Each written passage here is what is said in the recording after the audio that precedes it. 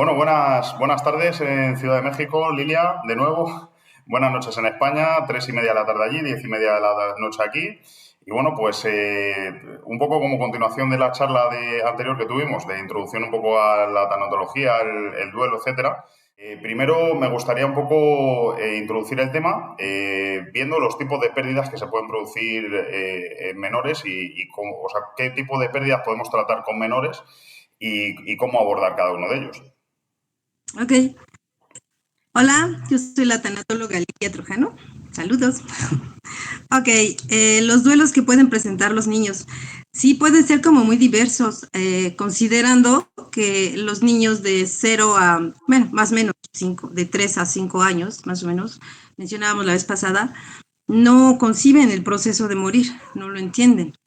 Entonces, sin embargo, no significa que no empiecen a vivir duelos, porque, por ejemplo, puede empezar a fallecer algún abuelo, algún familiar, algún vecino, el papá de un amiguito, inclusive sus propias mascotas.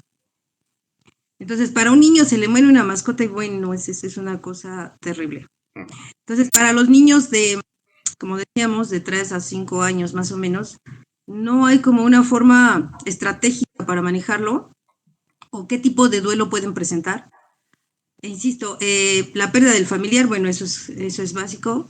La pérdida de las mascotas, algún juguete que sea irreemplazable, que no pudieron sustituir, no pudieron traerle otro, ¿no? Que un hermanito llegue a la familia, también a veces es un duelo, que los papás se separen, también el divorcio de los padres, por ejemplo, problemas escolares, el bajo rendimiento escolar, el no adaptarse a la escuela, todo esto les representa un duelo a los pequeños. Entonces, ¿cómo lo vamos a ir abordando? ¿Cómo se puede ir trabajando? Pues para los padres con mucha creatividad, porque no hay como una estrategia, insisto, no hay una técnica así comprobada de, por aquí, por acá, ¿no? Ya pasando los 6 años, 7 en adelante, empiezan a entender un poquito, a concebir un poquito esta idea de la muerte, pero antes de eso no. Es importante esa distinción por edades. Es verdad que hasta los 5 años, en la psicología es igual, hasta los 5 años más o menos se valora o se tiene un concepto de la muerte, de la pérdida en menores diferente al que se tiene, por ejemplo, de los 6 a los 10.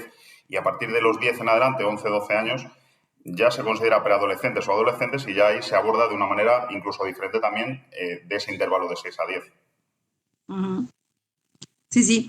Yo creo que, por ejemplo, podríamos empezar a ayudarles a los pequeños a enfrentar sus pequeños duelos, bueno, para ellos pequeños, pero muy importantes. Por ejemplo, cuando tenemos una plantita, por ejemplo, ¿no? Y ahí la estamos regando y la plantita, pues ahí va, ¿no? Muy, muy, muy bien. Y de pronto la plantita se seca. Entonces, podríamos compartirle a los niños este proceso de que esta planta, bueno, está viva, mira, la regamos, crece, mira, ya echó la florecita, ya echó una hojita, ¿no? Vamos como involucrando. Si en un momento la planta se seca, pues explicarle al niño, o sea, no nada más podríamos aprovechar ahí y decirle que la plantita murió por alguna razón, ¿no? Porque terminó su ciclo, porque le faltó agua, porque le faltó luz, no sé, explicarles los procesos. Pero podríamos empezar a explicarles ahí que las plantitas se mueren, porque los seres vivos se mueren algún día, ¿no? Tampoco se trata de instalarles una idea de que te vas a morir y nos vamos a morir todos y no, tampoco. Se requiere como esta creatividad para empezar a manejarlo. O sea, tú recomiendas un entrenamiento previo, no esperar a que se Previo. produzca la pérdida para que tengan el primer contacto con la pérdida en sí. O sea, no esperamos a la pérdida, sino vamos entrenando, vamos introduciendo el tema. ¿Sí?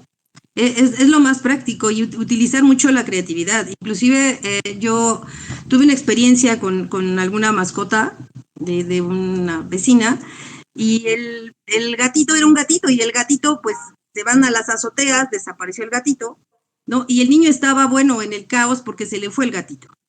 Entonces, pues la señora desesperada no encontraba la forma de consolar al niño, ¿no? Entonces, pues así como que buscando mucha creatividad se me ocurrió, es que le habló su mamá.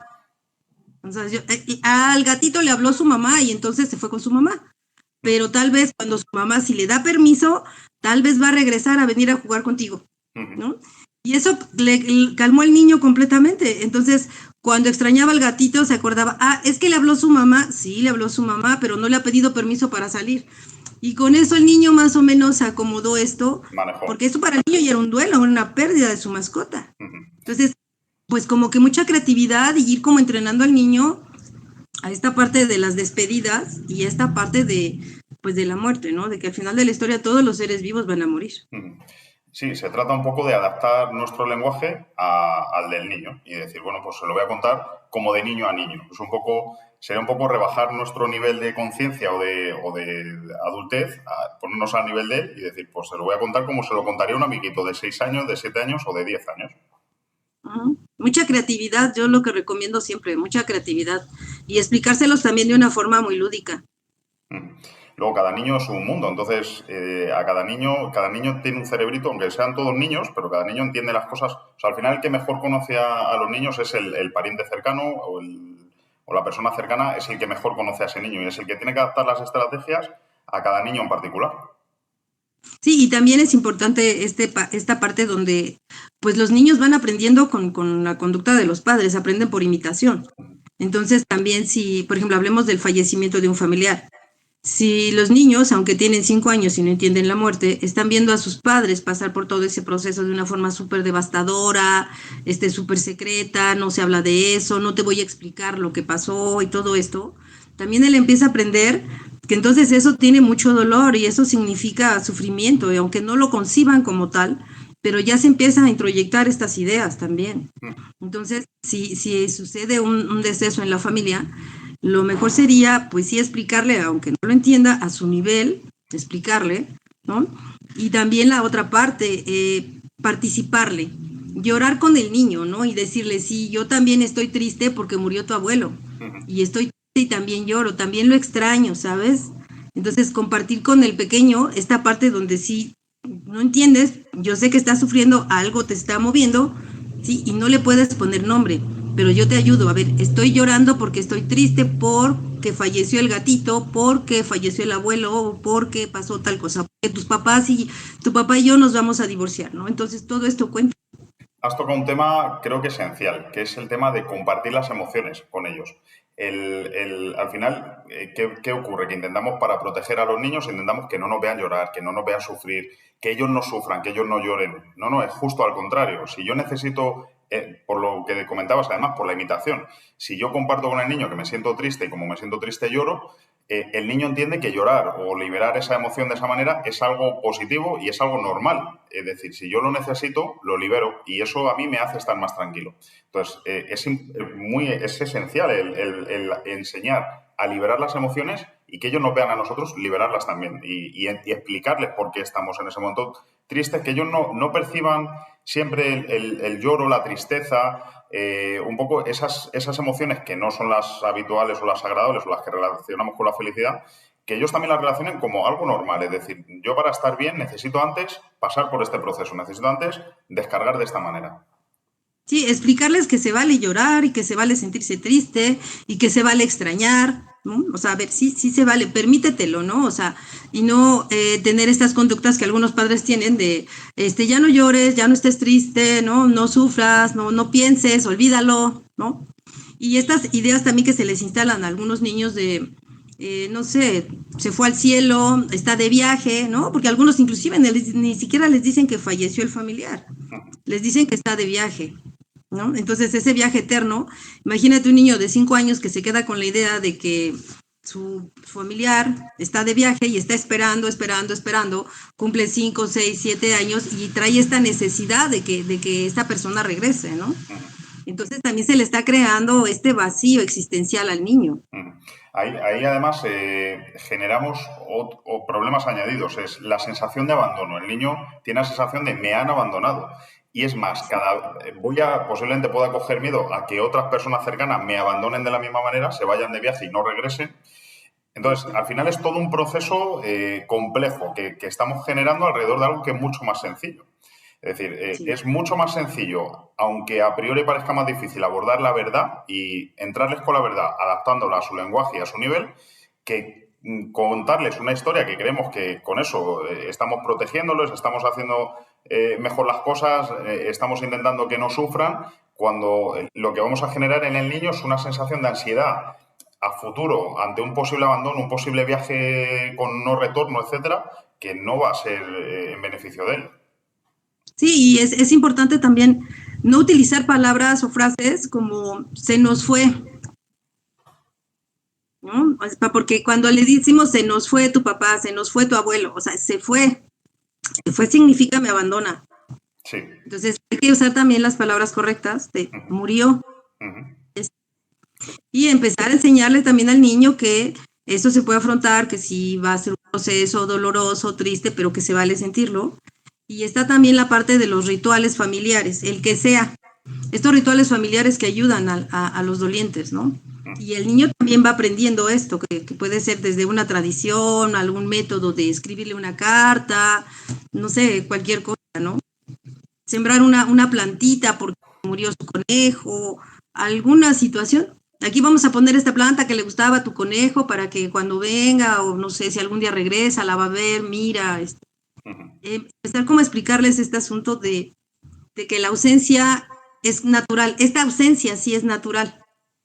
No es la ausencia de abandono, como lo estaba diciendo, sí es una ausencia natural y permanente, en la que ya no tiene vuelta atrás. Me gustaría saber qué opinas de ya no el momento de la pérdida en sí, sino el proceso hasta que llega la pérdida. Bueno, hay pérdidas que son inesperadas, que bueno, pues no se produce un cambio repentino, un cambio brusco y ese pues hay que abordarlo en el momento, pero hay otros que suceden poco a poco, cuando ya sabemos que va a haber una separación, cuando ya sabemos que una mascota está malita, cuando ya sabemos que un familiar pues está en esa etapa final. Eso es un proceso en el que ya se puede ir abordando. Incluso me gustaría saber qué opinas de que el niño se pueda despedir del familiar o de la mascota en este caso, o que los padres le impliquen en el proceso de separación, que le vayan introduciendo un poco en qué va a suceder a partir de ese momento, qué está pasando, por qué está pasando, todo eso dentro del proceso. Y eso, bueno, bajo mi punto de vista, y quiero saber qué opinas tú, creo que facilita también luego esa recta final, ese momento que podría ser a priori el peor, pues se allana bastante, ¿no? Con esa explicación previa. Sí, sí, ahí pues estaríamos hablando de un duelo anticipado, ¿no? Donde ya sabemos que ese alguien está enfermo por una razón, o la mascota está muy enfermito, ¿no? Y no se va a salvar. Entonces es la oportunidad para irles explicando. De que, pues mira, dile que lo quieres, te escucha, ¿no? Inclusive, por ejemplo, vamos a hablar de un familiar enfermo. A veces los familiares todavía pueden comunicarse, a veces no. Pero sí podemos llevar, dependiendo de los casos, ¿no? Si se puede llevar al niño a despedirse de su familiar, es lo mejor. Mira, despídete de tu abuelo, despídete de tu tío, de tu hermano, de quien sea, dile que lo quieres, él también te quiere, tómale la manita, dile, platícale estas cosas, él te escucha, ¿no? Porque tal vez en algún momento se va a quedar dormido y va a morir. Yo siempre insisto que hay que explicarles, no luego desde la palabra muerte, sino empezar a explicarles que se va, la enfermedad lo va a dormir y luego va a morir. Porque para ellos esto de morir, el impacto es como más intenso, es como, en cambio si les decimos, es que se va a quedar dormidito y luego va a morir, ya no va a despertar. Es así como el proceso, ¿me explico? Eso les ayuda un poco a atenuar esta intensidad y sí es muy necesario que los niños participen en la despedida, en la presencia, estar ahí con el familiar o el animalito, quien sea, ¿no? Y estar ahí viendo, pasando este proceso. Pero sí, un duelo anticipado les permite la despedida, les permite prepararse para el deceso. Hay como, pues este chance, ¿no? Este tiempo para poder prepararme. No es igual que en un duelo inmediato. Cuando tú tienes que tratar, en el caso de, bueno, no sé si tienes casos en que los padres te lleven a los menores porque tienen síntomas relacionados con un duelo mal gestionado, ¿qué síntomas te encuentras en los niños? La mayoría de los pequeñitos de 5 años en adelante, hasta más o menos como los 7, mucho enojo, mucha ira.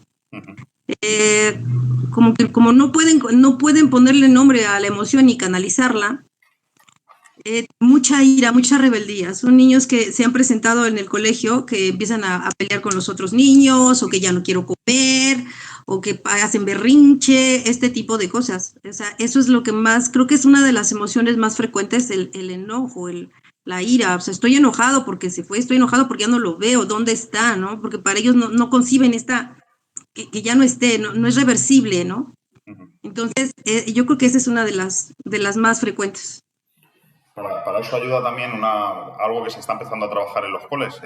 Por lo menos aquí en España se está empezando a trabajar desde muy pequeñitos, y allí imagino que también se estará empezando a valorar también el tema de trabajar las emociones desde muy pequeños. O sea, ya no solo las caras tristes, las caras contentas, las caras que se inicia por ahí, sino ya emociones un poco más complejas. Esto, la ira, la frustración, este tipo de cosas que hacen que el niño se sienta de una determinada manera y no sepa explicar cómo se siente, pues que le vayan poniendo nombre. Yo creo que también el aprender a manejar esas emociones más complejas desde pequeñitos.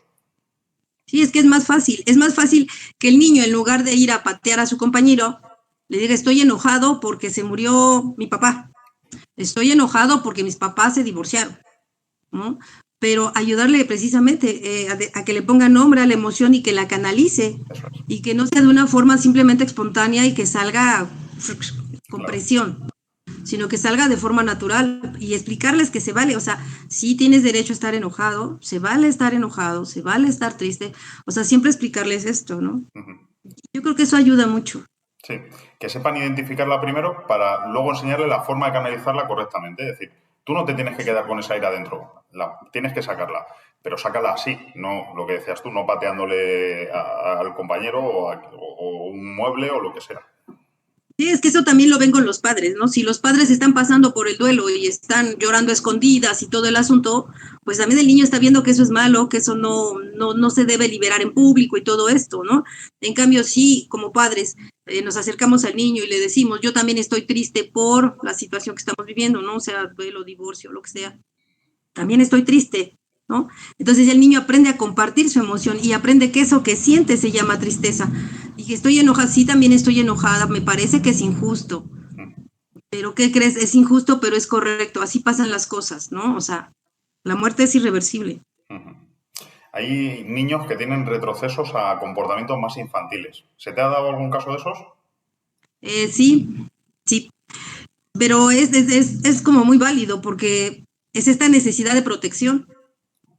En el momento que un niño no puede entender lo que está ocurriendo, se siente desprotegido, se siente abandonado. Empezamos ya con las heridas de la infancia y todo eso, ya venimos, yo creo que ya desde el nacimiento, la verdad, honestamente.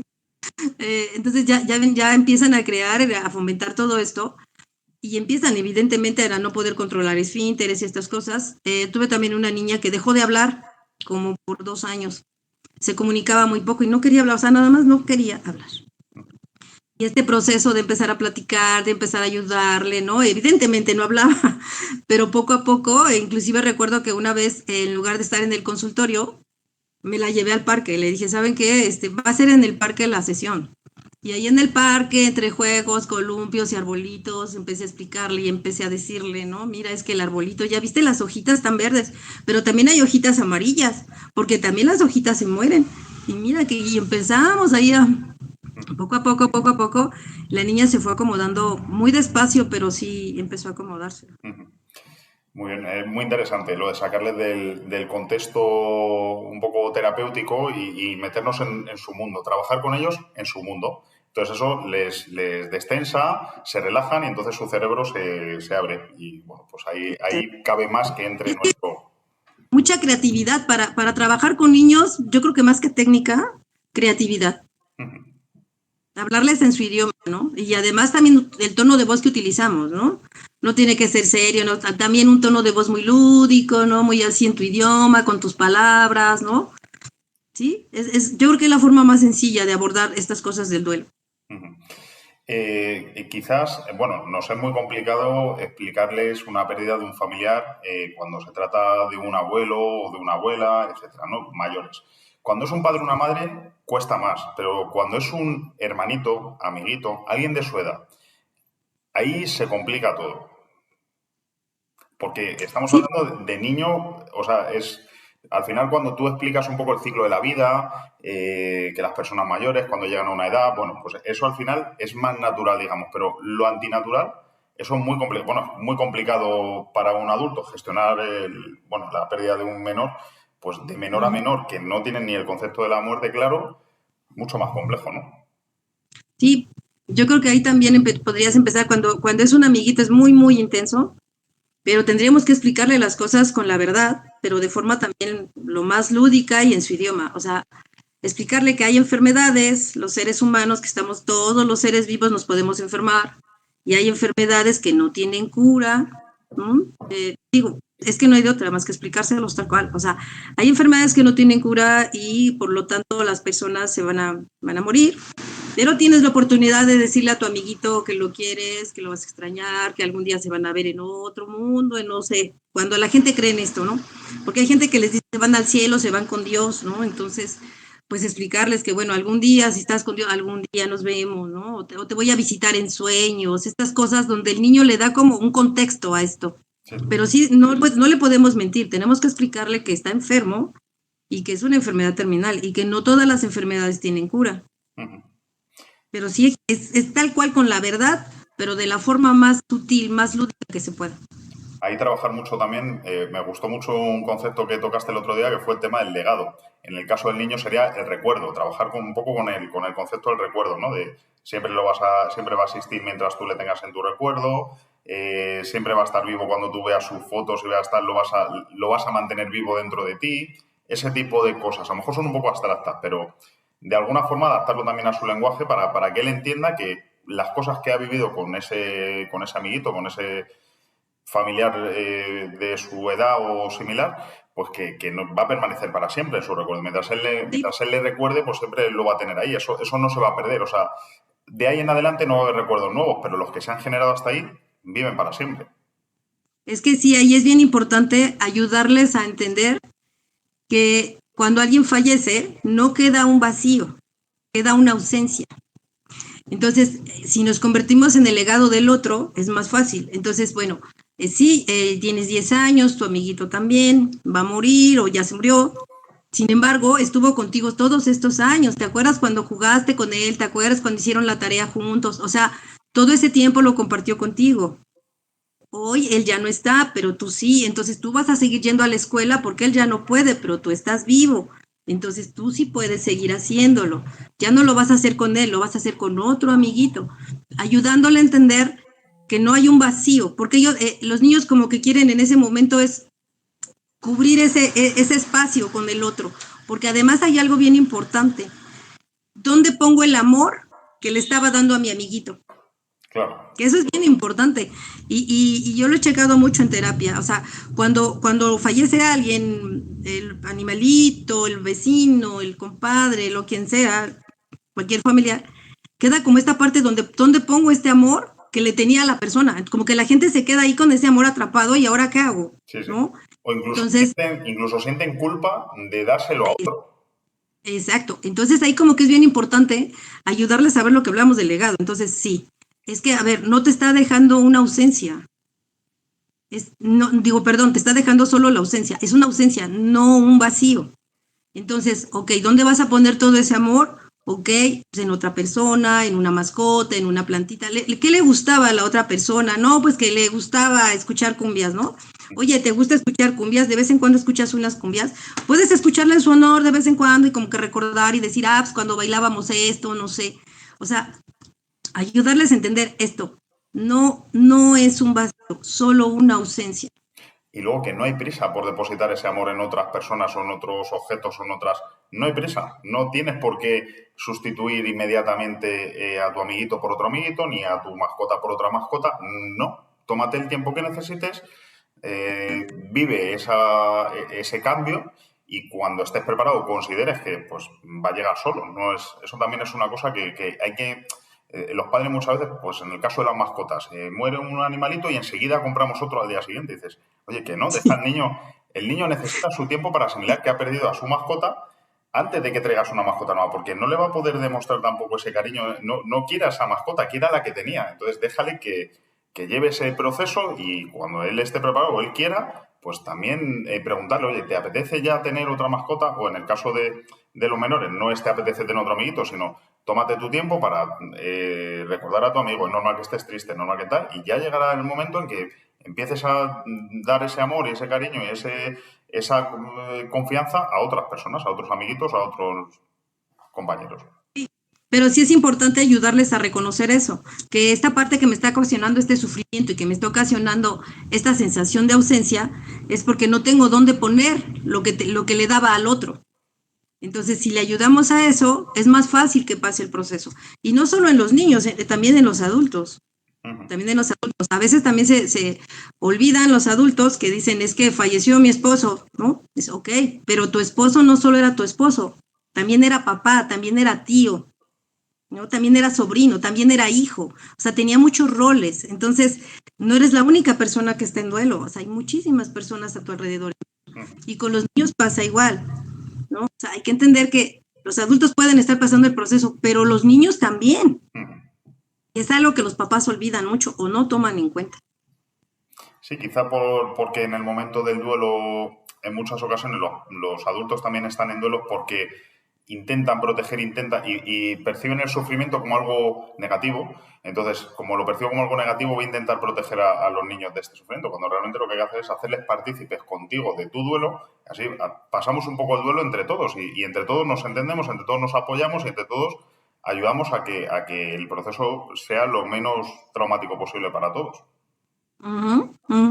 Sí, que sea más bien un duelo sano, ¿no? Eso es. Y en Sí, colectivo, al final, en conjunto, pues hay un apoyo mutuo entre todos. Y yo me voy a llorar a escondidas. A ti te voy a llorar y te digo no llores. Al final todos lo estamos pasando, todos estamos haciendo lo peor de lo que ya es. sí, es que esa parte sí es bien importante, no, darnos cuenta, no olvidar que no soy el único en duelo. Si alguien falleció, definitivamente somos muchos los que estamos en duelo. Pero la gente casi siempre nos centramos en uno mismo, ¿no? O sea, es que yo estoy pasando el duelo, yo estoy sufriendo más. Y me ha tocado familias que se olvidan de los hijos, ¿eh? Que dices, bueno, pero tienes un hijo de 10 años que todavía falta, ¿no? Sí, pero mi hijo de 20 ya no está. Sí, pero está el de 10 años, perdón. Te falta un hijo, ¿eh? No, o sea, no están solos, o sea, falta un hijo todavía. Y se les olvida que están las demás personas. Sí, creo que todas esas cosas son bien importantes en el duelo de los pequeños. Sí, sí.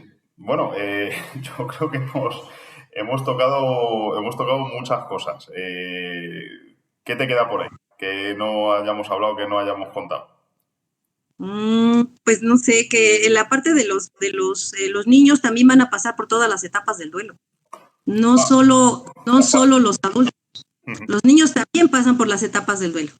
Pasan por la negación, por la negociación, por la depresión, pasan por todas, en el orden que sea. Pero a veces los papás se les olvida esa parte. O sea, es que me han tocado pacientes que llegan y me dicen, o sea, es que estoy pasando por tal etapa y los niños van a pasar por las mismas etapas aunque no tengan conciencia de ello. De hecho, No perder de vista esa parte. muchas veces esto que hemos hablado de las rabietas, la ira, etcétera, muchas veces porque se han quedado enganchados en alguna de esas etapas y no avanzan y al final incluso retroceden en muchos casos dentro del proceso de duelo y claro, pues tienes que entender que eso le está pasando porque está en un punto donde no está consiguiendo ir hacia adelante. Exacto.